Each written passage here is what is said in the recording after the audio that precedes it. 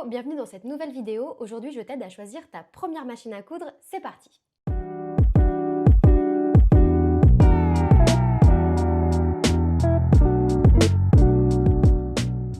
Lorsque l'on cherche sa première machine à coudre en tant que débutant, il y a plusieurs questions à se poser. Premièrement, quel est son budget? Deuxièmement, est-ce qu'on a l'intention de beaucoup coudre? Est-ce que c'est possible que la couture devienne une passion, quelque chose qu'on fait au quotidien? Ou est-ce qu'on va juste utiliser sa machine pour faire des ourlets ou des petits travaux de couture?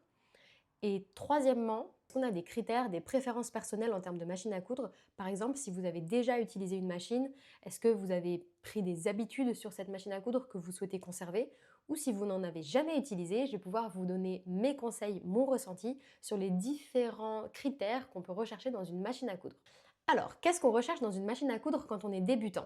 Il y a trois choses principales pour moi qui sont importantes pour les débutants. C'est la facilité d'utilisation, c'est-à-dire pouvoir prendre en main facilement la machine pour continuer d'avoir envie de coudre. Ensuite, c'est d'avoir sur sa machine les fonctionnalités essentielles pour pouvoir débuter la couture et quelques petites fonctionnalités un petit peu plus avancées pour pouvoir progresser et toujours garder l'envie de coudre. Et troisièmement, avoir une machine fiable, donc la fiabilité par exemple de la longueur du point ou du placement de l'aiguille pour pouvoir faire des créations qui soient jolies, dont on soit fier et qui nous donnent envie de continuer la couture. Donc on croit souvent qu'une machine à coudre doit forcément être très sophistiquée ou très avancée pour pouvoir faire de beaux projets de couture, mais ce n'est pas forcément le cas. Comme je vous disais, moi j'ai commencé avec une machine qui était à moins de 100 €, extrêmement basique, qui n'avait aucun des petits bonus qu'on peut ajouter à sa machine à coudre et dont je vais vous parler dans cette vidéo. Et pourtant, j'ai pu faire des créations super belles dont je suis hyper fière et dont parfois les finitions, franchement, rivalisent avec les créations que je peux faire aujourd'hui sur ma machine qui est une machine de guerre. Donc, une machine à coudre très basique, en gros, c'est une machine qui vous permet de faire un point droit, un point zigzag et un point arrière pour pouvoir fixer votre couture. Le point droit, c'est ce qui va vous permettre d'assembler deux tissus avec un point bien droit et une couture bien propre. Le point zigzag, c'est un point qui va vous permettre soit d'assembler des tissus élastiques ou soit de faire des finitions sur vos bords de tissu. Et le point aller-retour, c'est pour fixer votre couture au début et à la fin de la couture.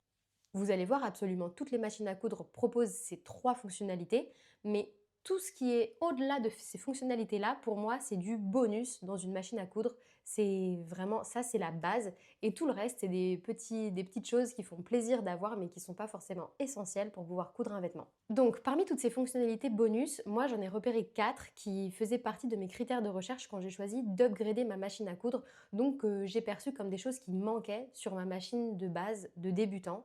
Mais c'était mon propre point de vue. Parmi les machines que je vais vous recommander, il y en aura qui auront aucun de ces petits bonus et il y en aura qui les auront toutes. Et à la fin, je pourrais vous dire celle que moi, je recommanderais à ma meilleure amie si elle me disait demain qu'elle voulait commencer la couture. Donc, la première caractéristique à prendre en compte lorsque l'on choisit sa première machine à coudre en tant que débutant, c'est est-ce qu'on veut une machine mécanique ou une machine électronique. La différence entre ces deux catégories, c'est qu'une machine mécanique, on va faire tous les réglages à la main. Choisir la longueur du point, choisir la tension du fil, etc. Tout va se faire à la main à l'aide de molettes directement sur la machine. Pour une machine électronique, en fait, la machine est dotée d'un ordinateur à l'intérieur et on va choisir ses réglages avec un ordinateur, mais les réglages se font automatiquement dans la machine. Dans les deux cas, quand on est débutant, c'est facile d'utiliser une machine à coudre et de comprendre quel réglage il faut faire en fonction du projet sur lequel on travaille. Une machine mécanique, ça demande juste un tout petit peu de réflexion, là où une machine électronique vraiment nous prend la main dans le projet et nous permet d'être un petit peu plus autonome plus vite qu'une machine mécanique. Donc mon conseil, c'est de ne pas forcément automatiquement se lancer vers une machine électronique. Une machine mécanique fait parfaitement l'affaire. À vous de voir si pour vous c'est important d'avoir cette petite aide à la couture avec la machine électronique ou pas. Ensuite, une deuxième caractéristique à prendre en compte dans l'achat de sa machine à coudre, c'est le placement de la canette. Qu'est-ce que c'est la canette? En gros, quand on fait de la couture, il y a deux sources de fil. Il y a le fil du haut qui est contenu dans la bobine et le fil du bas qui est contenu dans la canette. La bobine, elle se place toujours sur le haut de la machine. Là-dessus, il n'y a jamais de différence d'une machine à l'autre. Par contre, où se place la canette? Là, il y a des différences d'une machine à l'autre. Soit vous allez devoir placer votre canette à la verticale dans votre machine et pour ça, ça implique de retirer le bras de la machine, de retirer le tambour dans lequel se trouve la canette. C'est un petit peu de travail de changer une canette lorsqu'elle est verticale dans sa machine à coudre, à savoir que changer la canette, c'est une action que l'on fait très souvent quand on fait de la couture.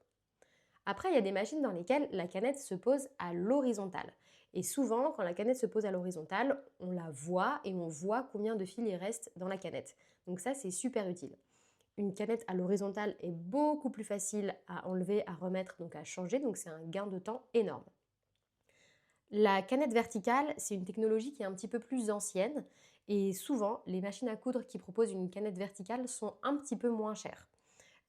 Néanmoins, je trouve que c'est beaucoup de travail et souvent beaucoup de problèmes et de difficultés pour régler ces problèmes, les machines qui ont une canette verticale, alors que les machines qui ont une canette horizontale sont beaucoup plus faciles et beaucoup plus rapides à enfiler et posent généralement moins de problèmes quand il s'agit de la canette.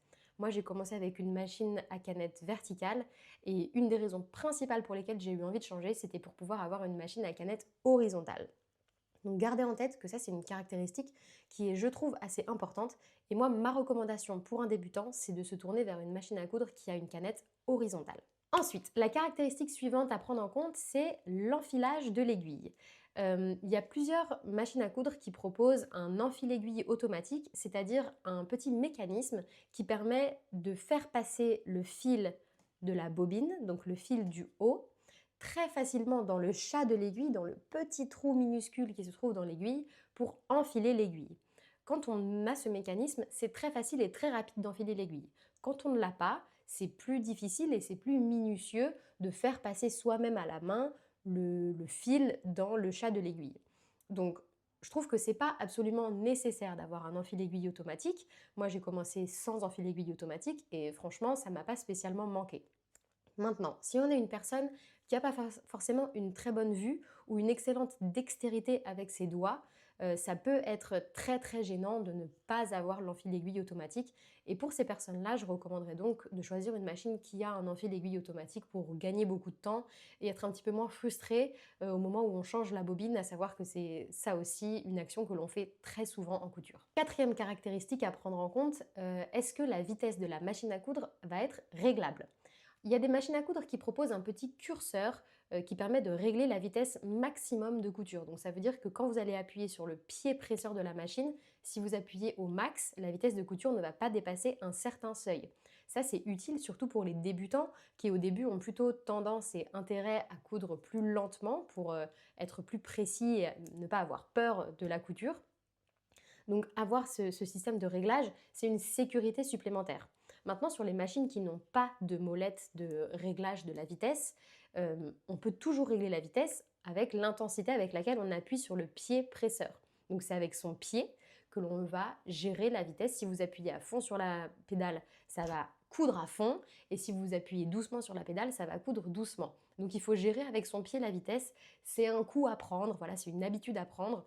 Moi, j'ai commencé sans réglage de vitesse. Franchement, ça m'a pas manqué.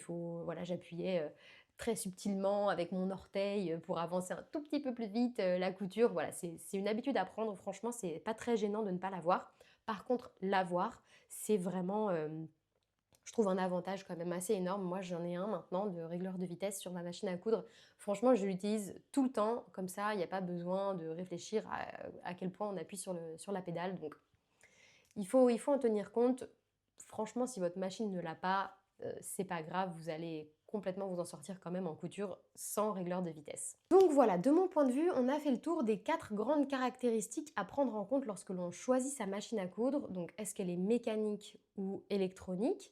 Est-ce que la canette est à la verticale ou à l'horizontale? Est-ce qu'elle a un enfile-aiguille automatique? Et est-ce qu'on peut régler la vitesse? Maintenant, je vais vous proposer plusieurs modèles de machines à coudre qui correspondent parfaitement aux besoins des débutants et vous dire dans quelle catégorie de caractéristiques ces machines rentrent. La première machine dont je veux vous parler, pour moi, c'est le meilleur rapport qualité-prix qui existe sur le marché des machines à coudre. C'est les machines à coudre type Lidl de la marque Silvercrest. C'est des machines qui, en général, sont disponibles neuves autour de 100 euros, peut-être un petit peu moins de 100 euros si elles sont en réduction chez Lidl. Vous pouvez l'avoir à 80 euros. Par contre, elles ne sont pas toujours disponibles en boutique Par contre, vous pouvez en général les trouver sur les sites de revente de seconde main, comme Leboncoin ou eBay, il y en a toujours de disponibles et voilà, c'est des prix qui sont en dessous de 100 euros. Ces machines, elles sont basiques de chez Basique, elles sont mécaniques, elles ont la bobine à la verticale, elles n'ont pas d'enfil aiguille et elles n'ont pas de régleur de vitesse. Donc elles n'ont aucun bonus. Par contre, elles ont les points principaux dont vous avez besoin pour coudre, point droit, point zigzag, et d'autres points qui vous permettent par la suite de progresser, de tester de nouvelles techniques en couture. Donc pour moi, c'est un excellent point d'entrée dans la couture quand on est débutant, qu'on ne sait pas si on va devenir passionné de couture, qu'on ne sait pas si la couture va être notre quotidien ou pas. Au moins, on ne craque pas son budget, on a une petite machine à coudre, elle fait le taf, c'est top. Ensuite, la machine pour moi qui est la meilleure machine dans la catégorie entrée de gamme pour les débutants, c'est la Brother CS10S. Cette machine à coudre, elle n'est pas très chère, elle coûte dans les 160 euros. Donc on est d'accord, hein, ça reste une grosse somme d'argent, mais pour une machine à coudre, on va dire que c'est un peu dans la fourchette basse de prix. Et c'est une machine qui est extra. Pour son prix, ce qu'elle propose, c'est super. Elle a déjà, premièrement, elle est électronique, donc c'est plus facile à utiliser. Deuxièmement, elle a un fil aiguille automatique. Donc là, au moins, ça va aller super vite dans l'enfilage de la machine. Elle a la canette horizontale, donc pareil, c'est plus rapide pour enfiler la machine et vous voyez votre canette, vous savez combien de fils il vous reste. Parce que vous allez voir que quand il n'y a plus de fils dans la canette et que vous avez continué de coudre malgré tout, c'est très frustrant, il faut garder son calme. Donc ça vous arrivera moins avec une canette horizontale. Et elle a le régleur de vitesse, donc en gros elle a toutes les caractéristiques bonus dont je vous parlais, cette machine, pour un prix qui est quand même assez abordable. Et si le prix neuf est trop élevé pour votre budget, il y en a plein sur le marché d'occasion de ces machines, donc vous pouvez vous faire plaisir en trouvant sur Leboncoin, sur eBay ou autres sites de revente de machines à coudre. C'est sûr que vous allez trouver cette machine et pour moi c'est la meilleure machine pour débutants. C'est celle que je proposerais à ma meilleure amie si elle voulait commencer la couture demain. C'est une machine qui est parfaite pour faire des projets de débutants et progresser et faire des projets un petit peu plus ambitieux avec sans se retrouver bloqué par une machine qui est un petit peu trop basique. La troisième machine que je peux recommander à un débutant, ce serait plutôt pour quelqu'un qui n'a pas envie d'avoir à racheter une nouvelle machine à coudre tout de suite, en gros dans les 5 prochaines années. Donc c'est quelqu'un qui va avoir envie d'une machine qui va être très fiable, très robuste, pas trop difficile à utiliser, qui a suffisamment de fonctionnalités pour pouvoir progresser avec sa machine, mais sans non plus craquer son budget et avoir quelque chose, machine de guerre extraordinaire. Pour moi, la meilleure, c'est la Singer Heavy Duty. C'est la machine à coudre grise. Vous l'aurez certainement déjà vu chez plein de créateurs de contenu, créatrices de contenu, couture sur les réseaux. Il y a beaucoup de monde qui l'a. Cette machine, elle a fait vraiment ses preuves. Elle est très très agréable à coudre. Elle est un petit peu plus chère. Elle est dans la gamme des 200 euros. Mais vous êtes sûr que vous allez pouvoir la garder limite toute votre vie et vous allez pouvoir faire tout type de projet avec. Cette machine, c'est aussi la machine que je recommanderais aux personnes qui veulent faire du quilting ou faire de l'ameublement. En gros, utiliser des matériaux qui sont plus épais, faire du matelassage, etc. Cette machine, elle est parfaite pour ça, elle est bien robuste et on peut passer plusieurs épaisseurs de tissu dessous sans que ça pose aucun problème. Donc si vous êtes un débutant qui souhaite faire de l'ameublement, faire vraiment des vestes ou des choses matelassées avec de la moumoute, vraiment heavy duty quoi, et ben prenez la Singer heavy duty, pour moi c'est vraiment une valeur sûre. Donc voilà, si on fait un petit récapitulatif très rapide de cette vidéo, voilà ce que je recommanderais à un débutant qui veut choisir sa machine à coudre. Choisis une machine facile à utiliser, pas trop chère pour pas craquer ton budget, qui est fiable pour te donner envie de continuer la couture. L'essentiel, c'est d'avoir un point droit, un point zigzag et un point aller-retour, un point arrière pour faire tes points d'arrêt. Les petits bonus à avoir dans une machine à coudre, ça va être avoir une machine à coudre électronique plutôt que mécanique, avoir une canette horizontale plutôt que verticale, avoir un enfil-aiguille et avoir un régleur de vitesse. Ces caractéristiques-là ne sont pas obligatoires, mais elles vont rendre ton expérience de couture plus agréable. Pour moi, les meilleures machines à coudre pour débutants, le meilleur rapport qualité-prix, c'est la Lidl. La meilleure overall, c'est la Brother CS10S. Et la meilleure pour un débutant qui veut garder sa machine à coudre toute sa vie et faire n'importe quoi avec, c'est la Singer Heavy Duty. Donc voilà, j'espère que cette vidéo t'aura été utile. Dis-moi dans les commentaires si tu connaissais déjà ces modèles de machines à coudre, si tu les as déjà utilisés, si tu penses que tu vas acheter un de ces modèles. Et surtout, n'oublie pas de t'abonner, de liker, d'activer la cloche, tout ce qu'il faut pour ne rien manquer de mes prochaines publications sur YouTube. Tu peux aussi me retrouver sur les autres réseaux sociaux comme Instagram et TikTok. C'est Charlotte Créature et j'étais trop contente de passer ce moment avec toi. Ciao!